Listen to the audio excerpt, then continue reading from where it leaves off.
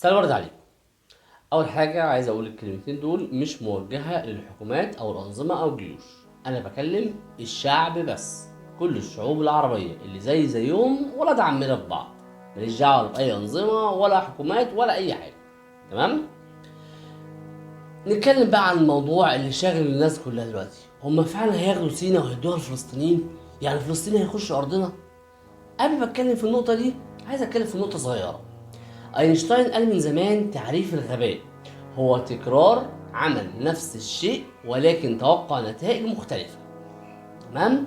يعني ان انت حد يضحك عليك نفس الضحكة بنفس الطريقة وكل مرة يضحك عليك فيها. يعني تبقى باشا كده زي الشحط كده كبير، واحد يقول لك بص العصفورة، انت كل مرة بتبص على العصفورة.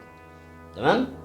حتة بقى ان هم هيدخلوا سينا او مش هيدخلوا سينا مش هي دي القضية. القضية كلها ان هم هينقلوا الخلاف من ان هم بيقتلوا الشعب الفلسطيني وبيبيدوه الى لا وما ينفعش ولازم نعمل وقفة علشان ما يخشوش ارضنا، علشان هتلاقي شوية بهايم طالعين يعملوا شوية مظاهرات لا ما يخشوش ارضنا، يروحوا صحراء مش عارف ايه، او يروحوا لبنان او يروحوا سوريا. مش دي القضية خالص. هم اصلا الفلسطينيين مش هيسيبوا ارضهم، مش هيروحوا في اي حتة، هم قاعدين لهم فيها لحد لما يطلعوا الكيان منه باذن الله. فهم اصلا مش مستنيينكم تقولوا لهم ما تجوش، لان هم مش عايزين يجوا، لكن هم كل اللي مستنيينه دعمنا ليهم. على الاقل انت مش قادر تدعمهم ماديا، مش قادر تحارب معاهم، ادعي لهم، اقف معاهم نفسيا، مش تطلع مظاهرات ضدهم ان هم ما يجوش. وهنا انا مش بدعي ان هم يجوا، لا انا بقول كل واحد في ارضه، بس ندعي لهم، هم مش هيسيبوا ارضهم. لازم نوحد الصف ما بيننا، ما نتفرقش، علشان هي دي اللعبة اللي بقالهم مئات السنين بيلعبوها علينا وكل مرة بتخش علينا.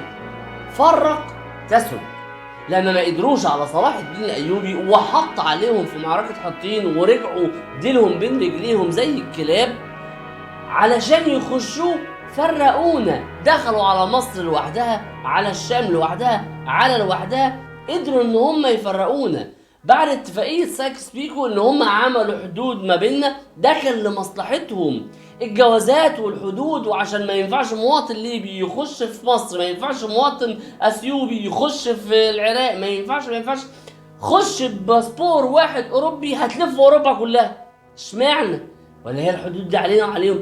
بص على صور الحدود بتاعتهم هتلاقي مفيش خط كده، مش اسلاك شايكه وناس وانت لو اتقفشت هنا هترحل، لا هم فعلا وطن واحد. ده اللي هم قدروا يعملوه عندنا، وده اللي بيحاولوا يعملوه علشان يقولك بص العصفوره. شالوا سينا من على جوجل مابس، هي دي العصفوره، مش هيخشوا لنا. والفلسطينيين مش بعد ما دفعوا دم وارواحهم وعيالهم هيسيبوا كل ده ويجوا يقعدوا في الصحراء سواء النقبه او سينا، لا هم مش هيسيبوها اصلا، ولو بعد مليون سنه مش هيسيبوا ارضهم.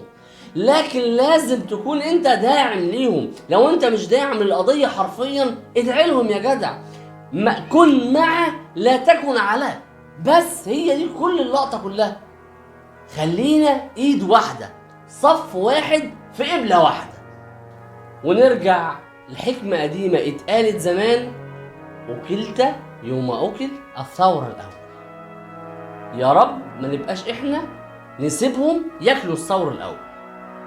وبس كده يا سيدي، سلام عليكم.